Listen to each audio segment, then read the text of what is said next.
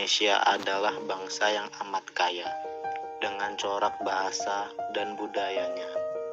Beribu suku budaya yang adanya ragam bahasa, bukan alasan untuk suatu perpecahan. Ada agama Islam, Kristen, Hindu, Katolik, Buddha, dan Konghucu. Menjadi tugas kita untuk saling menghargai perbedaan. Walau berbeda tetap satu. Tetaplah jaga toleransi beragama. Mari bersama bertenggang rasa demi keutuhan bangsa Indonesia. Seperti semboyan Indonesia, Bhinneka Tunggal Ika. Assalamualaikum warahmatullahi wabarakatuh. Waalaikumsalam warahmatullahi wabarakatuh. Nama Setia Ramdena, NPM 1901011150, nomor urut D031. Di sini saya akan membuat video wawancara mengenai moderasi beragama dengan narasumber Bapak Yayat untuk memenuhi ujian akhir semester mata kuliah Al-Quran, Hadis, dan pembelajarannya. Apa sih moderasi beragama?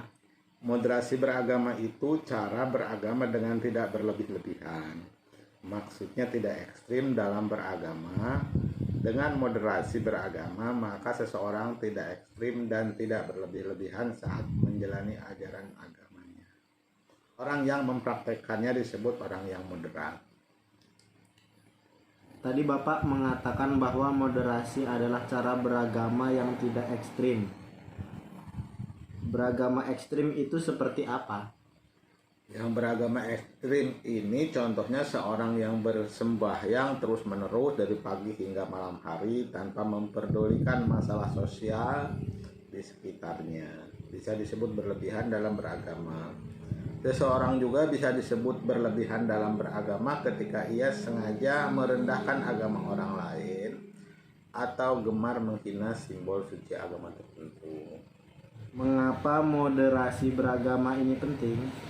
Karena kita perlu moderasi beragama sebagai solusi agar dapat menjadi kunci penting untuk menciptakan kehidupan keagamaan yang rukun, harmoni, damai, serta menekankan keseimbangan, baik dalam kehidupan pribadi, keluarga, masyarakat, maupun kehidupan secara keseluruhan. Lalu bagaimana menanamkan moderasi beragama terhadap peserta didik? Dalam menanamkan moderasi beragama kepada peserta didik, seseorang guru harus mampu memberikan pengajaran tentang moderasi beragama agar peserta didik paham mengenai kerukunan hidup antar sesama dan juga bisa hidup berdampingan dengan orang lain yang berbeda agama, keyakinan, ras, etnis, dan lain sebagainya. Seorang pendidik juga guru harus mampu mempraktekkan moderasi beragama di sekolah, sehingga peserta didik dapat mengambil contoh atas tindakan yang dilakukan oleh guru tersebut. Bagaimana implementasi moderasi beragama dalam proses belajar mengajar? Implementasi moderasi beragama dalam proses belajar mengajar dapat dilakukan dengan menggunakan metode diskusi, kerja kelompok, dan karya wisata. Karena dengan ketiga metode tersebut akan lebih mudah memberikan pengertian keberagaman, menghargai orang lain, menghargai pendapat orang lain, dan toleran.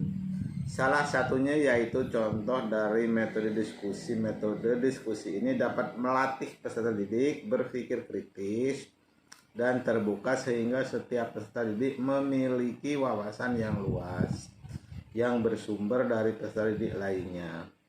Kemudian dengan berdiskusi, peserta didik memiliki sifat demokratis karena dapat mengutarakan pendapat di forum diskusi.